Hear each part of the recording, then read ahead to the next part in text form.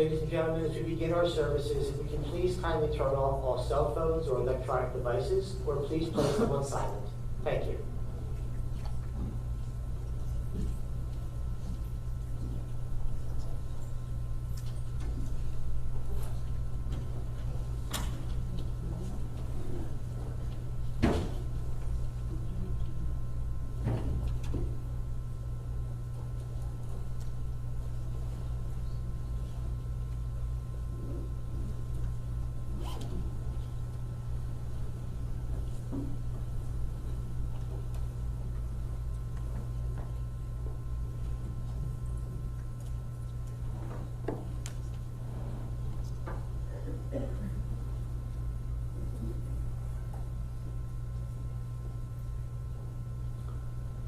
We begin our service in memory of of our friend Don Levenson with the familiar words of the 23rd Psalm. Mizmor LeDavid, Adonai Roi lo echsar, b'narkeshi yarbitzeni. Amei menuchot yinahaleni nafshi shovev yancheni v'ma'akalei tzedek leman shemo. Gam ki elech b'geit salmavet, lo irara ki ata imadi. Shivtecha mishantecha, hema yenachamuni. Ta'aroch lefanai shulchan neged soverai. Yishanta v'shem en roshi kosi revaya achto v'chesed yerdefuni ko yemei chayai. V'shavti b'veit Adonai la'orech yamim. The Lord is my shepherd, I shall not want. He maketh me to lie down in green pastures. He leads me beside the still waters. He guides me on paths of righteousness. He revives my soul for the sake of his glory. Yea, though I walk through the valley of the shadow of death, I fear no harm, for you are with me. Your staff and your rod do comfort me.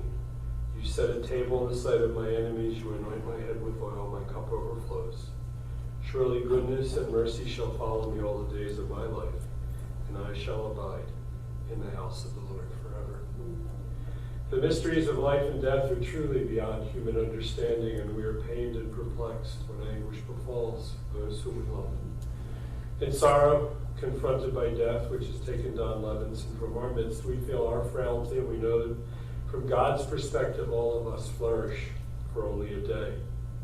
We pray, dear God, that you guide us with love and compassion, grant solace and comfort to those who mourn deeply. May their lives together help to sustain them and add to the blessing which is theirs through the memory of their beloved.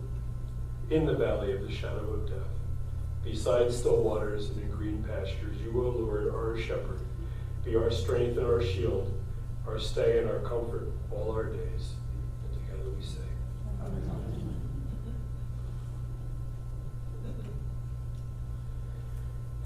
Good people, it is with heavy hearts that we come together today to pay tribute to the memory of Don Levenson, a man with a true passion for life, a true mensch,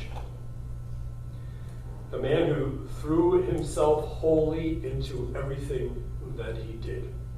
He lived his life guided by the principles of integrity, honesty, and ethics, and he was respected by all. When I think of your dad, man I knew for more than 25 years, I couldn't help but think of the symbol for natives of Israel called the sabra. The sabra plant is known to be a little prickly on the outside, but sweet and delicious within. And I think that speaks to Don Levenson on two levels. The first is that, as you said yesterday, Mark and Stacy, he could be a little gruff and sometimes scared your friends until they got to know him and knew how much he cared and how loving he was inside. And I think the second reason I mention it is this is the famous food of Israel. And Don was all about family, friends, and food. Mostly in that order. He was passionate about all three. And family, of course, was Don's top priority. He came from, and he subsequently created, a loving one. His father and mother had only one child, Don, who in his early years was raised in various locations because his father was involved in the military. But to say that Carl was involved in the military is a gross understatement. He was a true pioneer in rehabilitation medicine and a physician who went on to found several military hospitals and aid countless volunteers. And I suspect that a lot of your father's sense of volunteerism came from watching his dad too. And even though Don did not follow in his father's professional footsteps, Carl and Molly's son was a gifted student. In high school, when scholarships were available, he went to the very, very best, and then he went to the public school system and obviously excelled there as a gifted student. He did so well, in fact, that he went to Cornell, and thank his lucky stars, so did Sandy Shervitsky. Don was already at Cornell when Sandy got there, but really from the time that Don laid eyes on her, as he told me, he knew he had found his Bashir, the one who God intended for him. Sandy didn't notice that quite as quickly.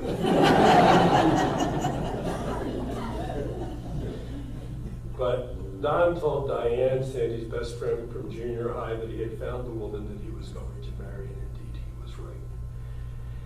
And so it was that they were married in Ner Tzedek, the synagogue that Sandy's parents had helped to found, and they began an amazing life journey of 49 happy married years. At the beginning of the marriage, Sandy was teaching and Don was still in law school, even as they contemplated a family of their own. They moved to South Jersey.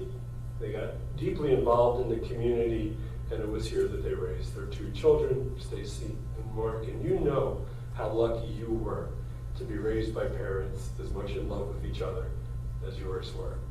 It was so palpably obvious to all of us who spent any time with Don and Sandy how deeply in love they really were and how much they savored life together. And your parents had a very active social life with friends, going out with friends, and having them over as well. Sandy and Don, I need to tell you, loved a good party. They loved a good meal, and pretty much any opportunity they had to dance together. They had an especially close group of friends who were called, and I did not make up the name, the People in Gastronomical Society, aka the Pigs. And if you have not heard some of those stories of their adventures together, ask Allison. Because I heard a few really good ones over the weekend. It started with your father's passion for food, but it ultimately brought the couples together for the deepest levels of love and laughter. In addition to working hard in his chosen field of law, practicing both family and real estate law, Don volunteered for any number of organizations, and Don and Sandy were politically involved, really in more ways than the family even can count. They led full and fun lives, and they always seemed to be making the most of the time that they were afforded together. Mark, I know that you'll speak in just a little while about your dad from your heart, but you and Stacy know that you were blessed to have a really hands-on dad. In fact, as we joked yesterday, he could be sometimes a little too hands-on. But he was there for every practice, every meet, every sporting event that the two of you were involved in. But you know what, that was just him being passionate about bringing out the best in his kids and giving you every opportunity for success. And the two of you brought your father and your mother such joy and such nachas. They were so proud of both of you and the lives that you have made for yourselves. So in time, they were privileged to see the family grow. As Jim and Kathy, you were warmly welcomed not only into the home, but into their hearts. And I know, as you said, Mark, yesterday speaking for you and your sister, that your parents' number one priority was for their children to be happy. And the two of you made their children extremely happy. And the satisfaction that that gave Don was beyond measure. You were like Don's children too. Kathy, as you said, you amused one another and playfully and lovingly rolled eyes at one another with the greatest of respect. And Jim, Don trusted you for your advice and for your guidance. He leaned on you to keep him healthy, and you did. He leaned on both of you for support, and you loved him as a parent of your own. And of course, from the four of you came the blessings of grandchildren, loving grandchildren, Jacob and Alyssa and Zach, as well as Miriam and Ruthie and Eli. And whether you call them Peepa or Grandpa down at this end, all of the grandchildren I know had special memories because your grandfather made sure that happened. He was a hands-on grandfather. He was there for anything and everything that he could be. And he loved nothing more than listening to you guys tell what was going on in your lives. The endless stories, it didn't matter how trivial they were to you, they were important to him. And he hung on every word. He was the kind of grandfather who just enjoyed watching you enjoy life. And when you were happy, he was supremely happy. I always enjoyed my time with Don and Sandy and admired your parents for the rapport between the two of them. They were witty, smart, very funny. Fortunately, Jewish life was an important priority to both of your parents, and when they moved into the colonial apartments, they pretty much moved into Bethel too. And I was the lucky recipient of their love and care and support for so many years. Your mom and your dad knew your mom, of course, better first, because she sold us our first house, like pretty much everybody else in this room. But also talking to your dad over the years, before and after your mom passed away. And I think that your dad, in fact, he told me that when he came into Bethel, he had a certain degree of satisfaction because it had been his home for so many years. The young associates group, a whole new generation is thriving, and a lot of them living in Woodcrest, it's the same thing over again. He could look at it like rings in the tree and know that he was very active and important in getting that whole thing started. And I'm very grateful as the rabbi of Bethel that we had volunteers like your dad and your mom who encouraged other people to join the shul and to stay with the shul. That always touched my heart. I thought that your parents always brought excitement and good times, wherever they were. That's the feeling that I always got. And I, like everyone was heartbroken when your mother got ill. And I know that she fought as best she could, and your dad was beside her every step of the way. And if love could cure illness, your mom would be right here physically with us today. Sandy's passing initially did take a heavy toll on your dad. But fortunately, he had a good support system. He had a wonderful group of friends and family who could help him cope. I know that the Platts in particular made Don a member of your family and included him in everything that you did. And he was grateful for that, and I know that you were so grateful for the friendship and the love that you've shared for so many years. And Mary Ryan and Bill Thompson and other great friends who were part of that support system as well.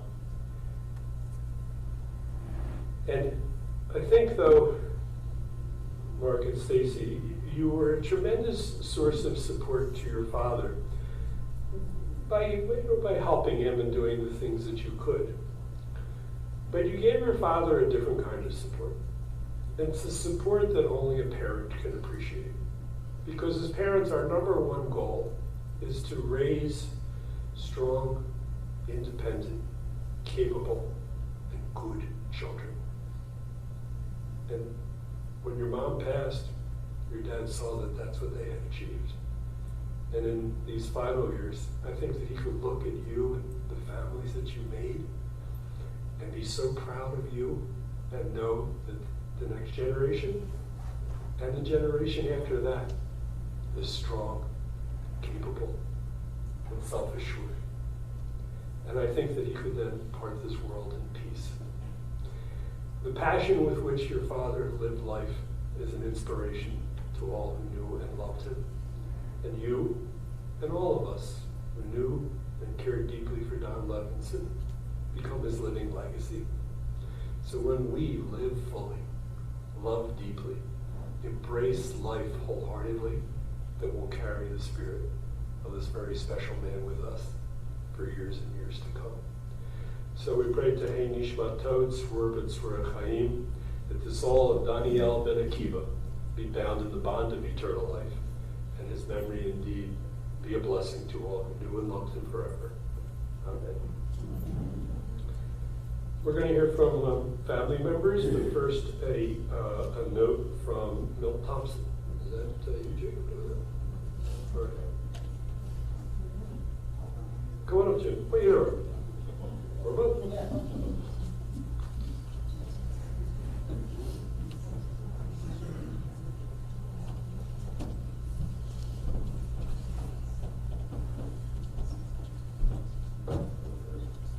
So I got some words that I'm going to say before my dad's going to read Milt's statements, but first I just want to say how much it means to me and my family to see all the familiar faces here.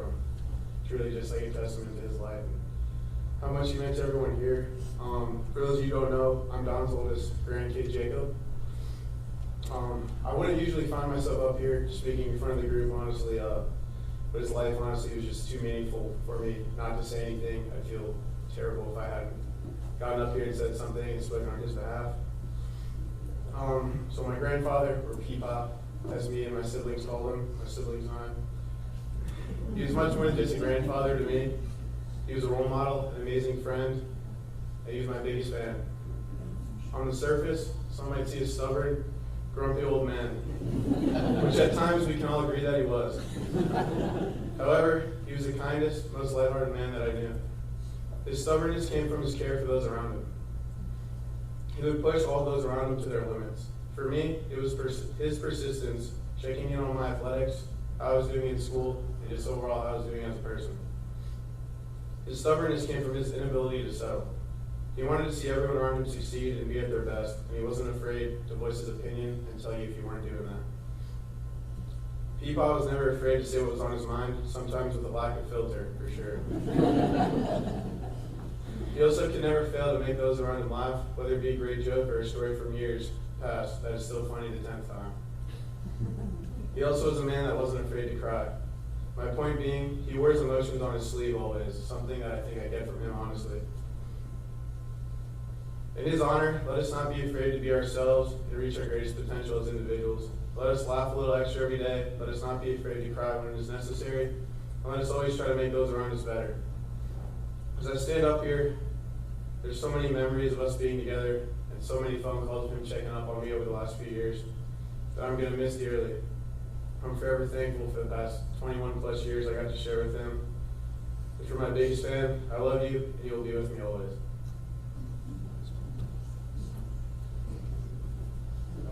I think you're going to hear a lot of common themes today.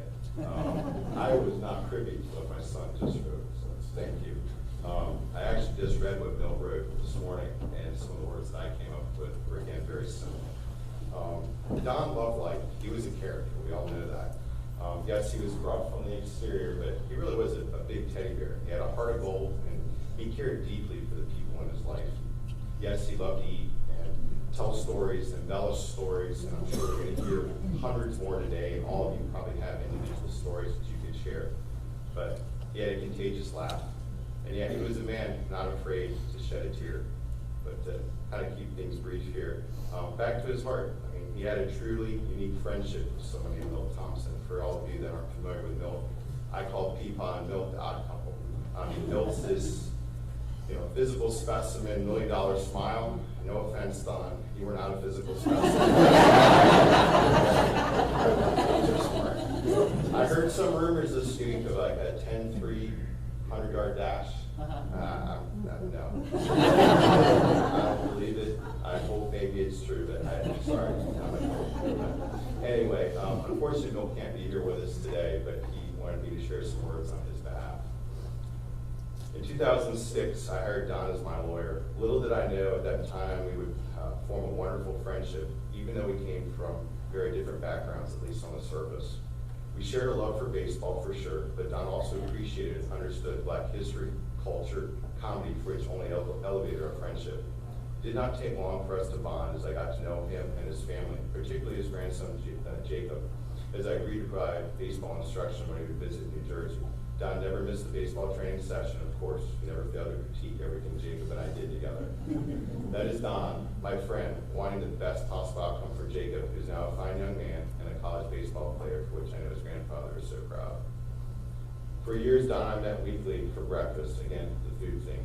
At the Cracker Barrel in Marlton to stay connected, even though we both had busy lives. We ate, sat for a couple of hours, sometimes 3 hours, as we talked and of course laughed as Don retold jokes that somehow remained funny. There are many other events and things we attended, but what is most important is that we always had a good time. Don was so full of life and energy, I do not believe you ever met a stranger.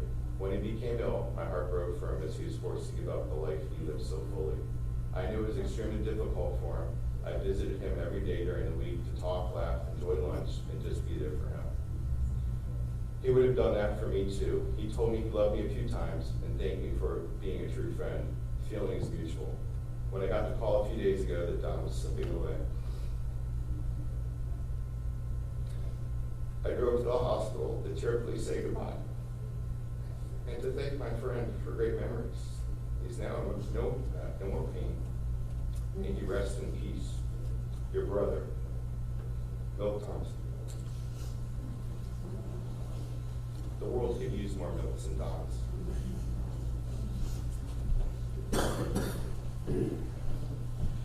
Thank you, Jim. Jacob. Zachary?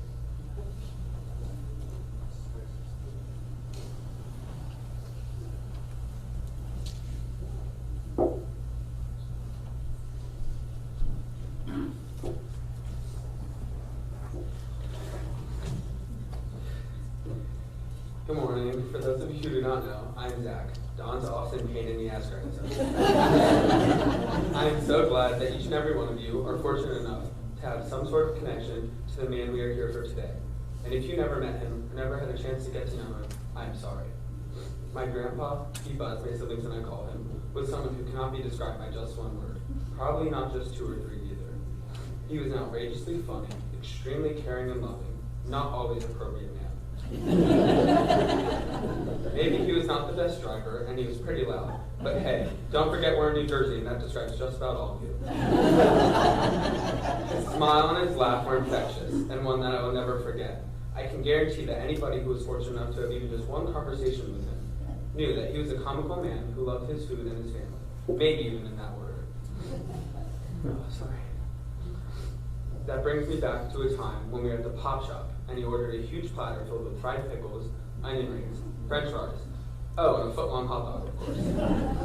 His stories from his youth to his college years to things my mom and uncle did as kids were something I look forward to hearing each and every time I got to see him. He taught me so much, from how to be a ladies' man, although nobody has a name like him,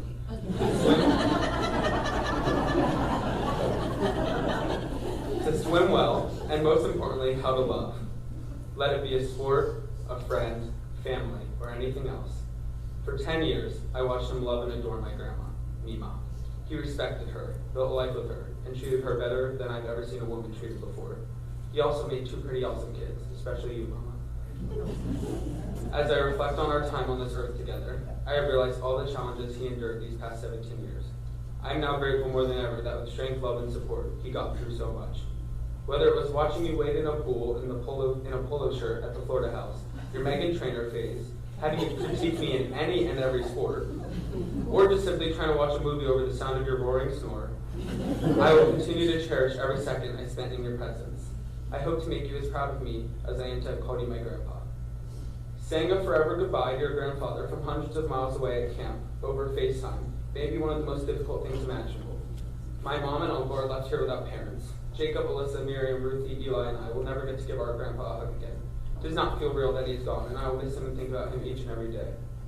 But all we could ever ask for was for him to be comfortable, and that is what we got. We all have one another to count on to get through the good days and the bad days together as a family. So Peepa, don't worry. Although I would give anything to hear you say your infamous, "Hey gang," just one more time, we will be comforted together, knowing that you are up there with the love of our, most importantly, your life. Take care of her until we meet again. I love you forever and always.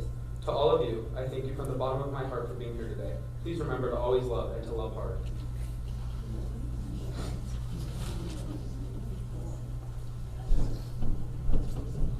Thank you, Zach. That was beautiful. Finally, we'll call in you, Mark.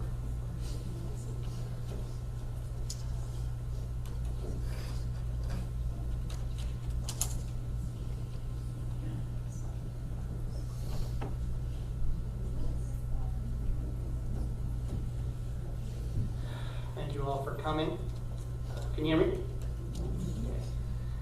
All right, do you know anyone who checks all the following boxes? Never met a bar or bat mitzvah ceremony they couldn't fall asleep at. Extremely well known at the bank drive-thru. Kicked a molded, hard, plastic Veterans Stadium's chair hard enough to break it. In fairness, that was probably a really bad Eagles game. Great jitterbugger. Legendary eater, but never drank, smoked, or took drugs, or cooked a meal. Seriously fast runner. I'm buying that 10-3. Terrible Little League dad. Incredibly generous with, I won't call them strangers after Mel's speech, people he'd never met before. Had a platter named after them at a deli. I think it was the Levenson salad at Herman's. President of his county professional organization and a major volunteer organization. Never learned how to use a computer or send a text or email. With apologies to the administrative assistants in the room. Lover of doo-wop and Motown music. Recruited by Penn State to play football. Founded a Jewish youth leadership group in high school. Spent years in leadership at a synagogue. Legal representation for an all-pro running back. And was right all along about Ben Simmons. I don't think you know anyone who checks all of those boxes. A unique individual indeed. As his great friend Bernie put it the other day, there was no one like my dad.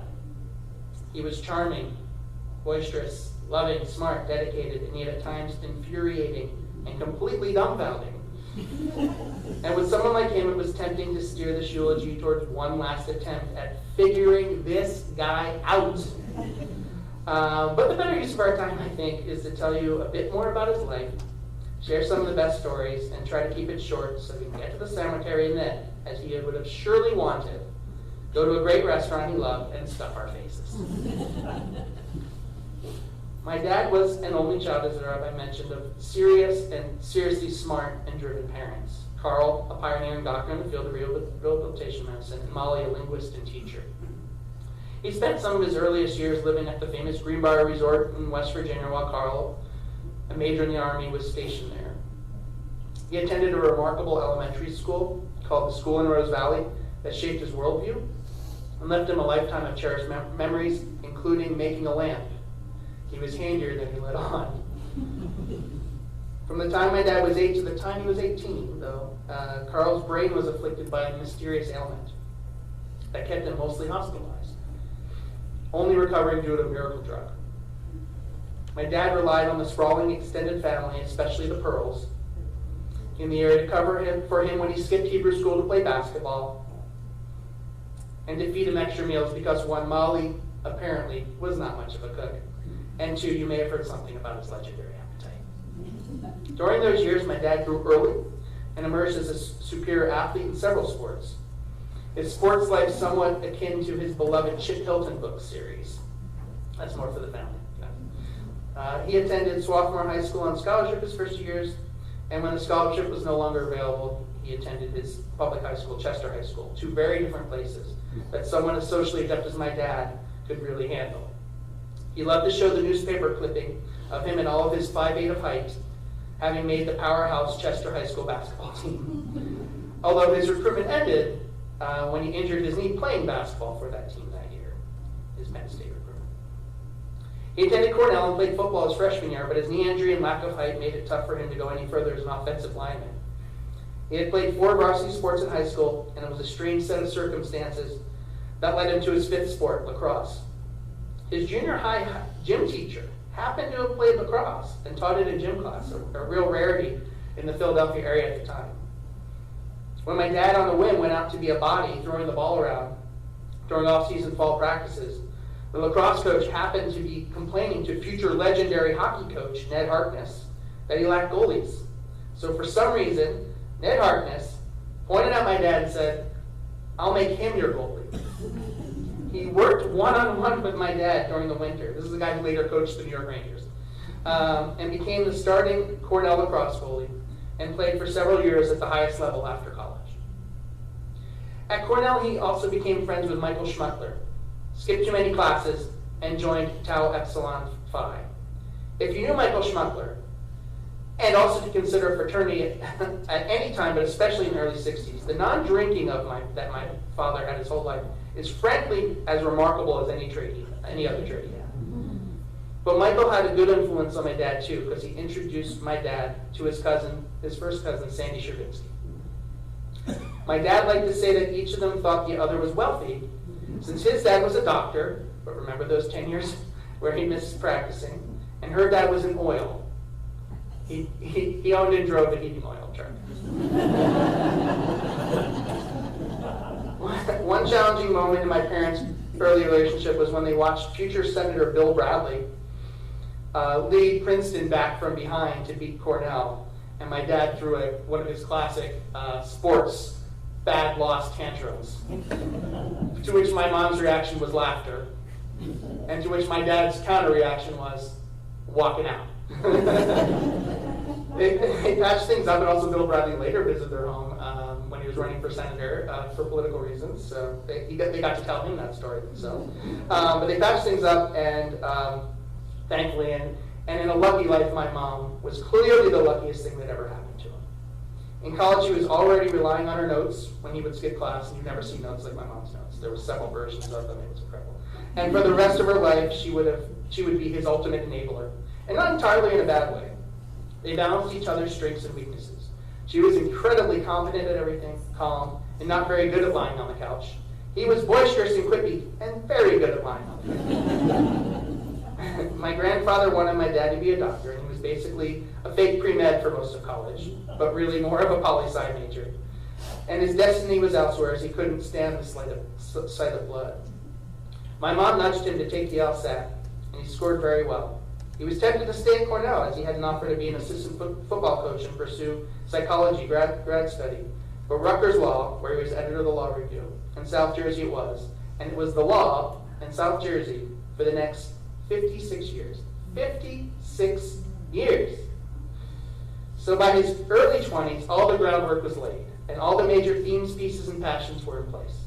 Other than his large belly, wasn't there yet, and Stacey and me, of course.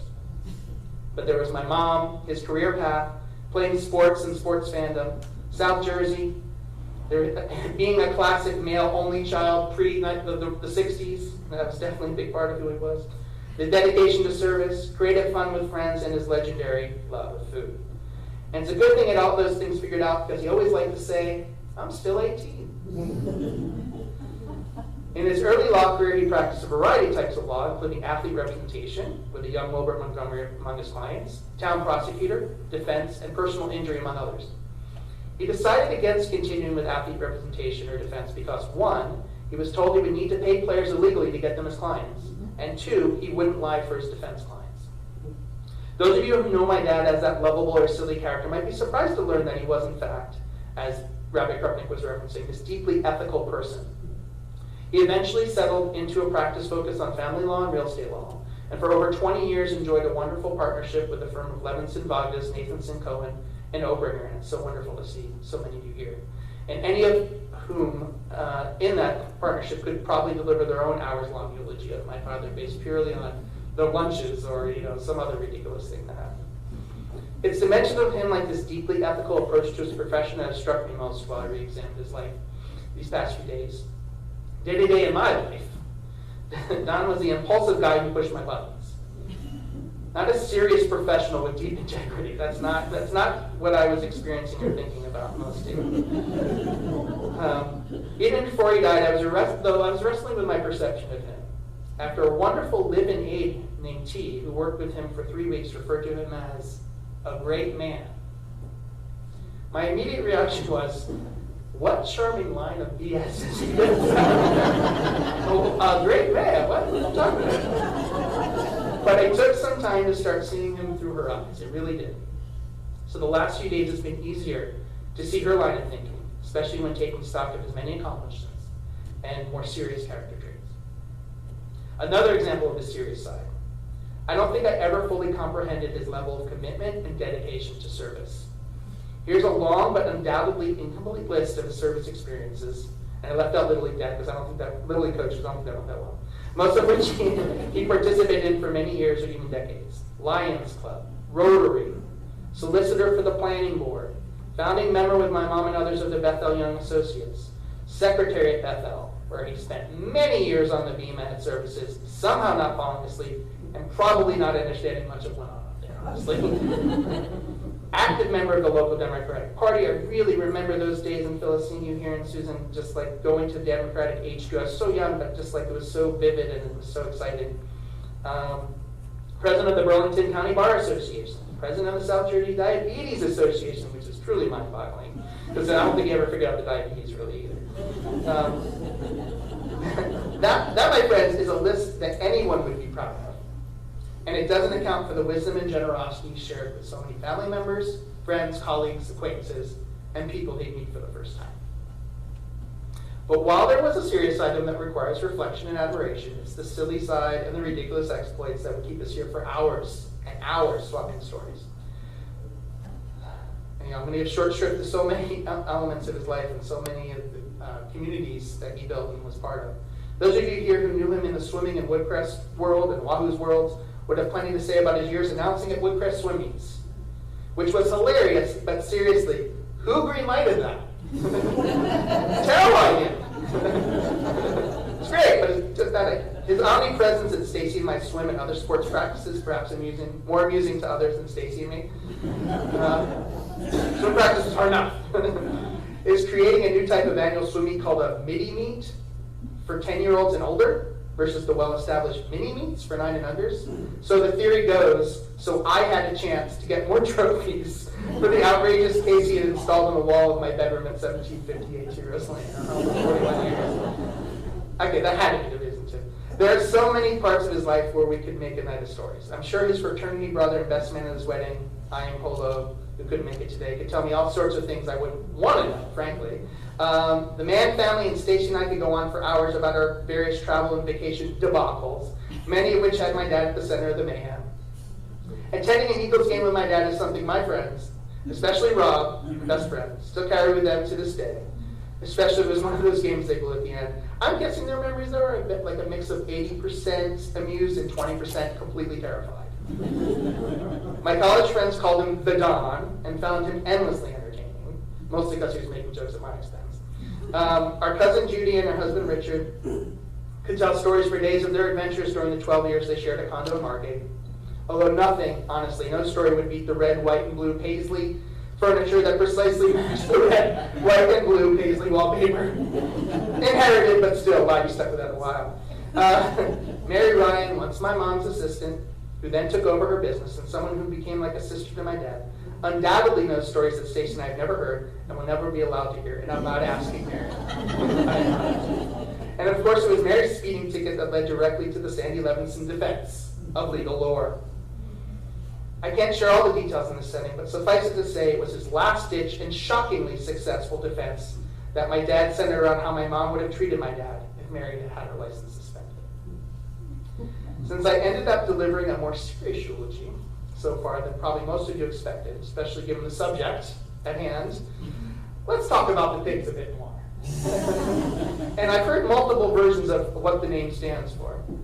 According to Bernie, the pigs stood for People Indulging in Gluttony Society, although I always thought it was People in Gastronomic Society.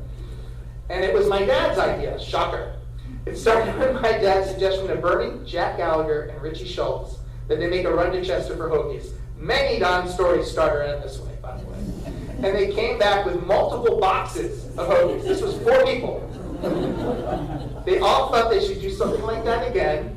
Clearly none of the wives were around. And thus the pigs were born. The wives would join them for outings to various restaurants, always far enough away so Mayor Platt wouldn't be recognized. Always wearing their pig hats, and often with my dad walking in and literally ordering one of everything. There was a night they got kicked out for refusing to remove their hats. Another night they started a full-fledged food fight, and plenty of other infamous incidents that will remain uncited. And at some point, the Manns became involved, and a pig acquisition war ensued between our families, and yada, yada, yada, 1758 T. Rose Lane had a pig mailbox. Of course, in his will, my dad bequeathed all remaining stuffed animal, figurine, giant bank, contents not included, decorative or any other pig acquisitions or gifts acquired since 1980 to the Mann family. So the Levensons officially win. All right, so we'll tell a few of the great stories and then we'll wrap up so we can, move along to the thing he would most wanted to do. I mentioned he skipped too many classes in college. This is one of my most head-scratching stories I'm going to have. He once took no-goes for several days to cram for finals and fell asleep at 4 p.m. on a Saturday after his last final. Upon waking up at 8 p.m., he went out into a surprisingly quiet Ithaca for a Saturday night. He went to a diner to ask where everyone was and found out he had slept for 28 straight hours. Everything in extreme with this guy, nothing in moderation.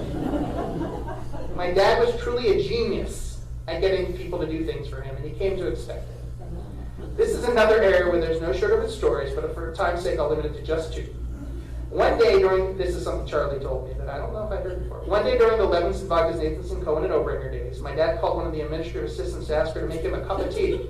But Don, you're not here, you're at your house. And he said, by the time I get there, it'll be the perfect temperature.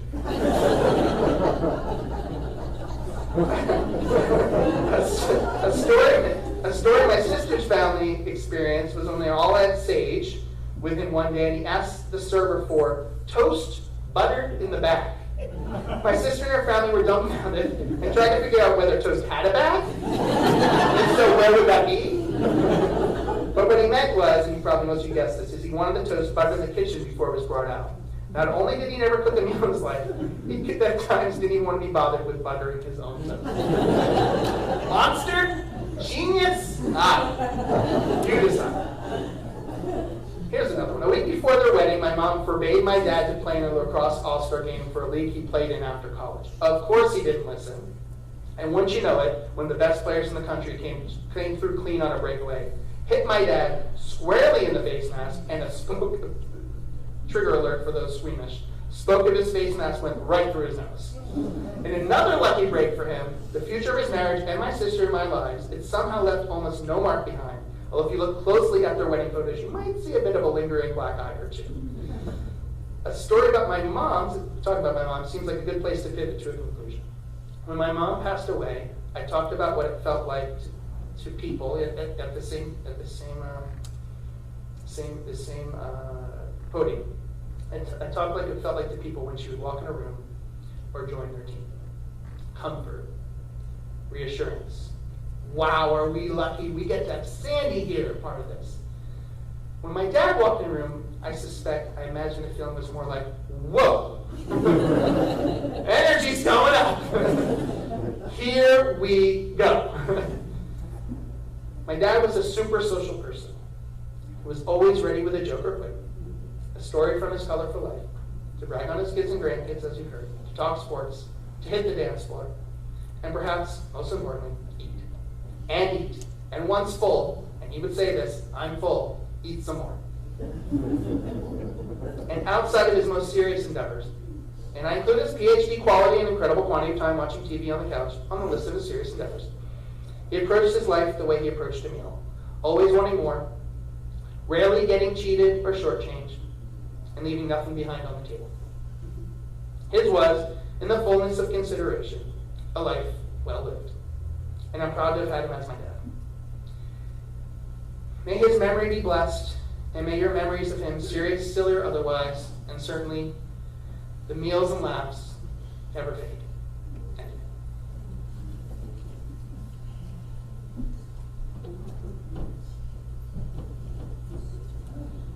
Thank you, Mark, and indeed the whole family. Those beautiful, loving words of tribute. We'll have a chance to share more stories and bring comfort to the family. Following our service today, interment will take place at Shalom Memorial Park, and then, as Mark mentioned, everyone is cordially invited to a luncheon in Don's memory at Cafe Aldo Lamberti at 2 o'clock this afternoon. Please rise now for the morning prayers.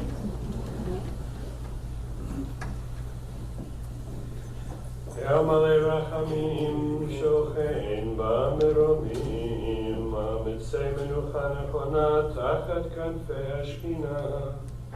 במעלות קדושים ודורים גזורה כי המסירים, את נשמת דניאל בן עקיבא שהלך לעולמו, בגן עדן תהא מנוחתו.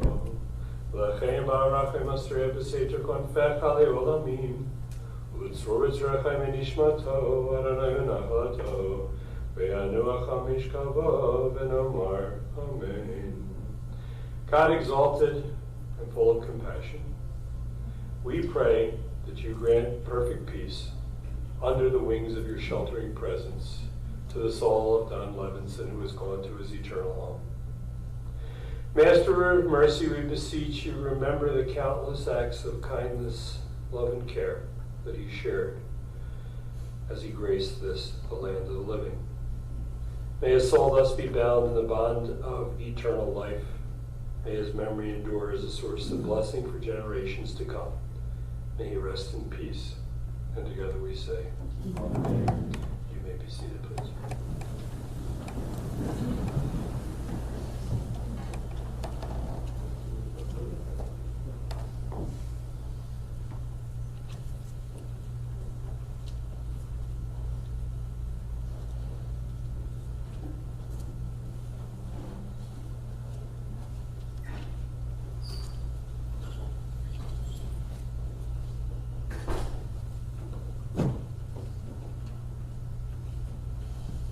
May we have the pallbearers, please.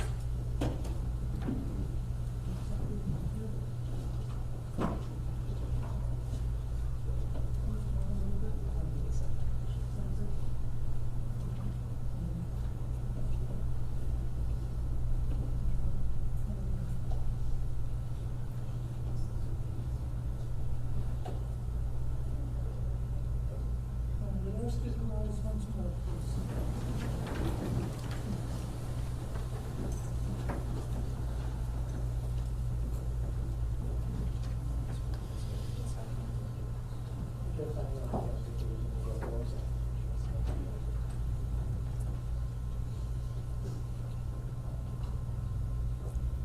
Yoshe b'seiter elyon, b'tzel shaddai l'olam, mor l'adonai masir tzudati, Eloi atachbo. Ki hu yatzilcha mifakir kush mideva chavot, verbato yasach lach v'tachar kanapeh tivseh. Tzina v'socher amitva, lo tira mipaka laila, mikhechi ufirmam, v'itebo v'hofi yahaloch. Yipom etzicha el g'vai menet lo yigash, rak beinech atabi v'shon v'yeshua. Pentigo Plavim Raglecha, Shacho Ketin Turdo, Tirnos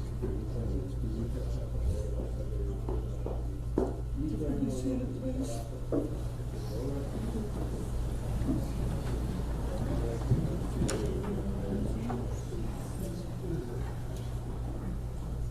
Ladies and gentlemen, I would ask that you kindly remain seated. This way, please. This way.